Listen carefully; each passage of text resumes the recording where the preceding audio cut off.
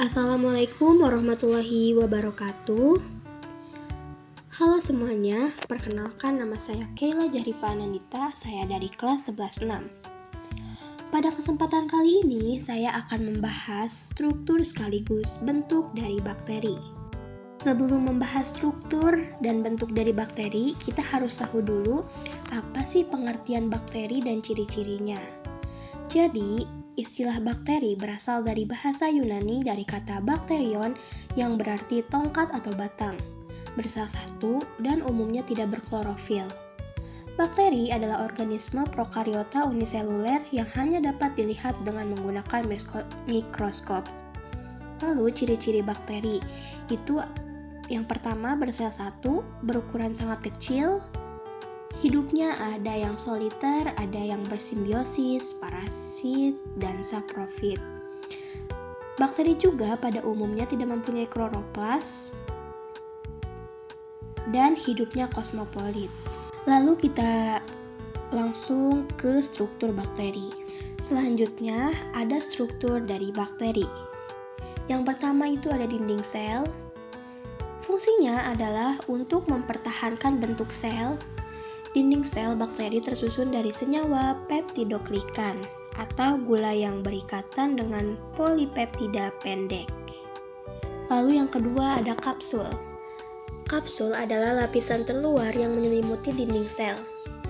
Lapisan tebal dari kapsul berfungsi mempertahankan diri dari antitoksin yang dihasilkan sel inang.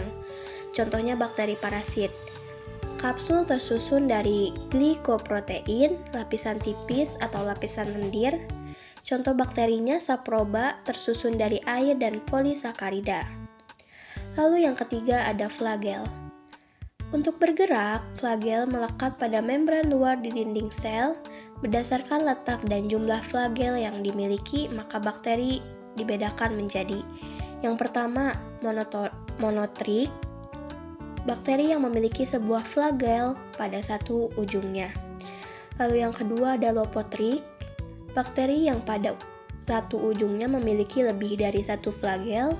Lalu yang ketiga ada amfitrik, bakteri yang pada kedua ujungnya hanya terdapat satu buah flagel. Yang keempat ada peritrik, bakteri yang memiliki flagel pada seluruh permukaan tubuhnya. Dan yang terakhir ada atrik, yaitu tidak memiliki flagel. Lalu yang keempat ada membran sel. Membran sel tersusun atas lemak dan protein, bersifat semipermeabel dan berfungsi untuk mengatur keluar masuknya zat ke dalam sel. Yang kelima ada mesosom.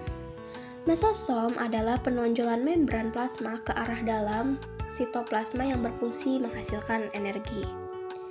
Lalu yang keenam ada DNA kromosom. DNA kromosom fungsinya mengontrol sintesis protein dan pembawaan sifat. Yang ketujuh ada ribosom. Ribosom tersusun atas protein dan RNA sebagai tempat sintesis protein. Lalu yang kedelapan ada endospora. Endospora terbentuk pada saat lingkungan yang tidak menguntungkan. Misal, kekurangan nutrisi dan air, suhu yang sangat panas atau sangat dingin, serta racun. Misalnya pada bakteri Clostridium dan Bacillus. Lalu yang kesembilan ada DNA non-kromosom atau plasmid. DNA yang menentukan sifat-sifat tertentu, misal sifat patogen dan sifat fertilitas. Lalu yang ke-10 ada sitoplasma atau cairan plasma, yaitu tempat terjadinya reaksi metabolisme sel.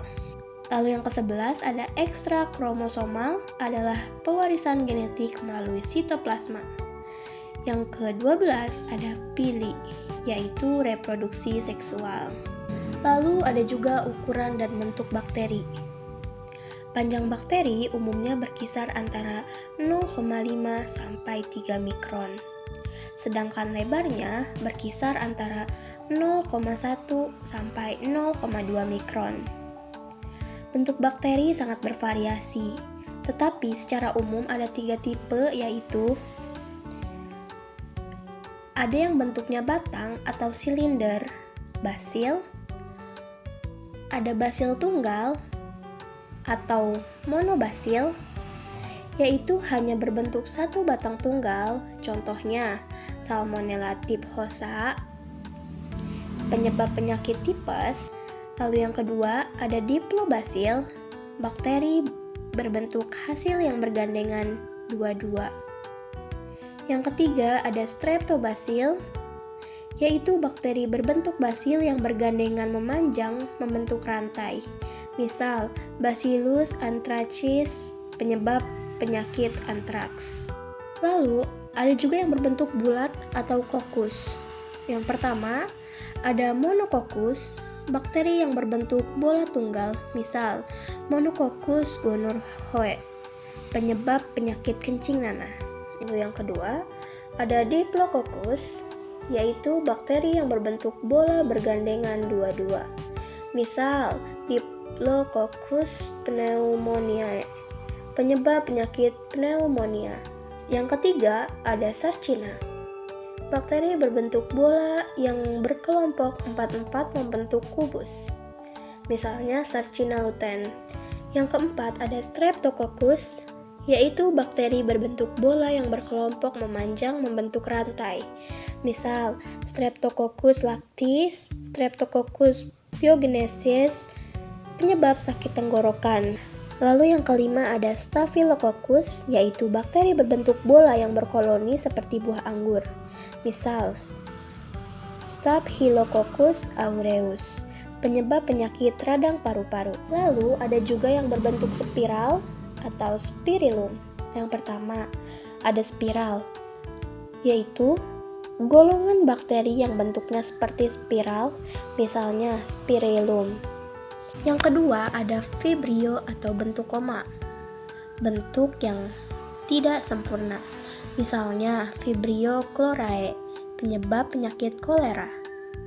Yang ketiga, ada Spiroseta, berbentuk spiral yang dapat bergerak, misalnya Spirochaeta pallida, penyebab penyakit silipatis.